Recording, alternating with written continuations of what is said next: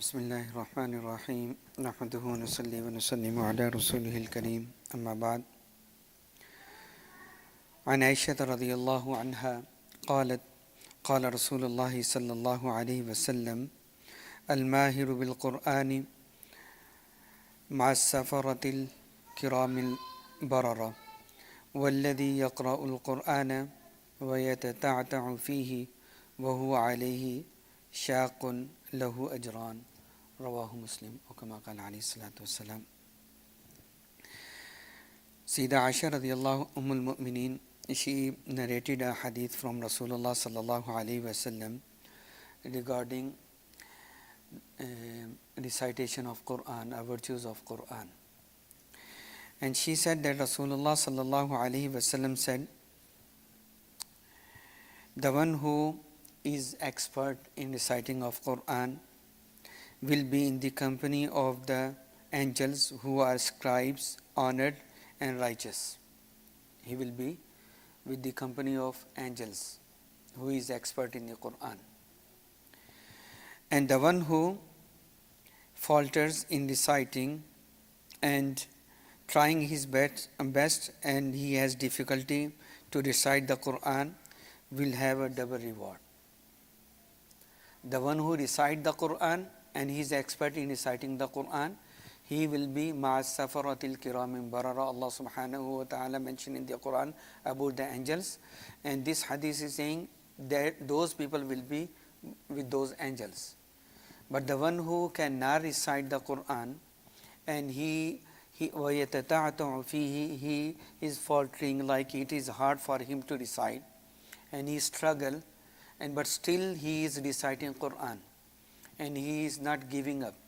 He tried to be perfect in reciting of Quran and he will get the double reward. Imam Muslim narrated this hadith. It means whenever we recite the Quran, we should not give up.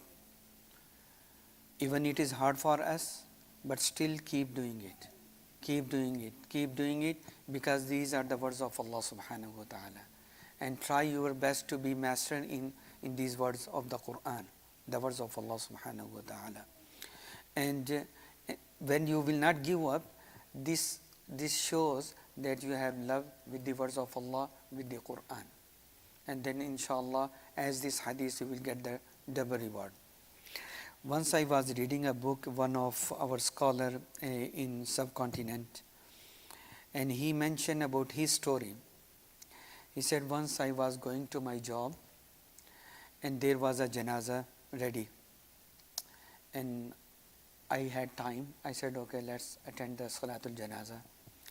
And he said no one was there to lead Salatul Janazah. And when they see that this person looks like a scholar, and he asked me, requested me to lead Salatul Janazah.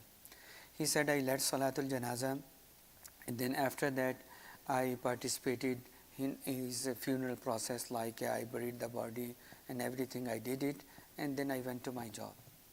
He said, when I reached to my job and I found out that my job ID is not there. Then I was thinking, where is my job ID?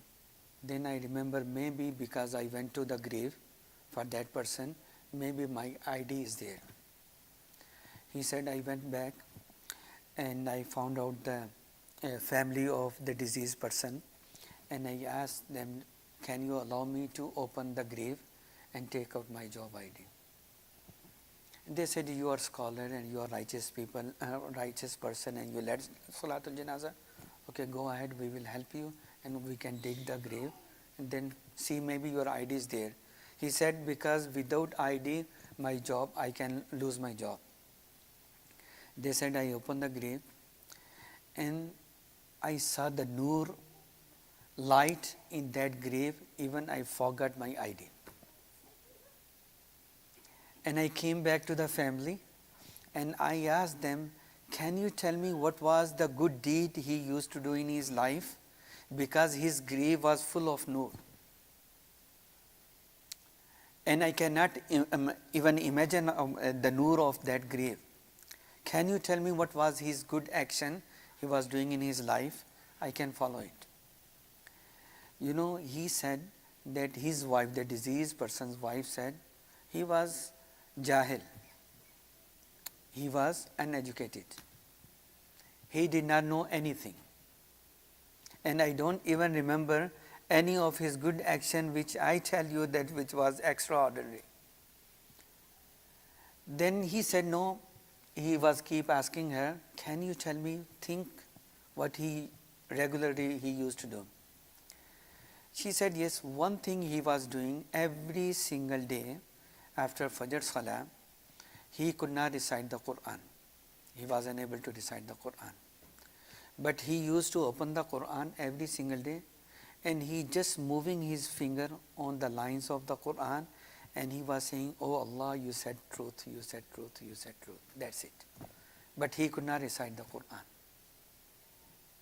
because he was unable to recite the Quran. And then that scholar said that was the good deed which he was regularly doing every single day. Even he was unable to recite the Quran, but he did not give up. He was doing it every day. If we see this hadith is saying we can get the double reward if we keep trying it and try our best to read the Quran. And it shows that we love Allah subhanahu wa ta'ala, we love the words of Allah subhanahu wa ta'ala, and we cannot leave it. So may Allah subhanahu wa ta'ala give us the love of Quran inshallah, and make us to read the Quran properly as the Quran has right upon us inshallah. The month of Ramadan is coming inshallah. We can prepare ourselves before the month of Ramadan and also in the month of Ramadan.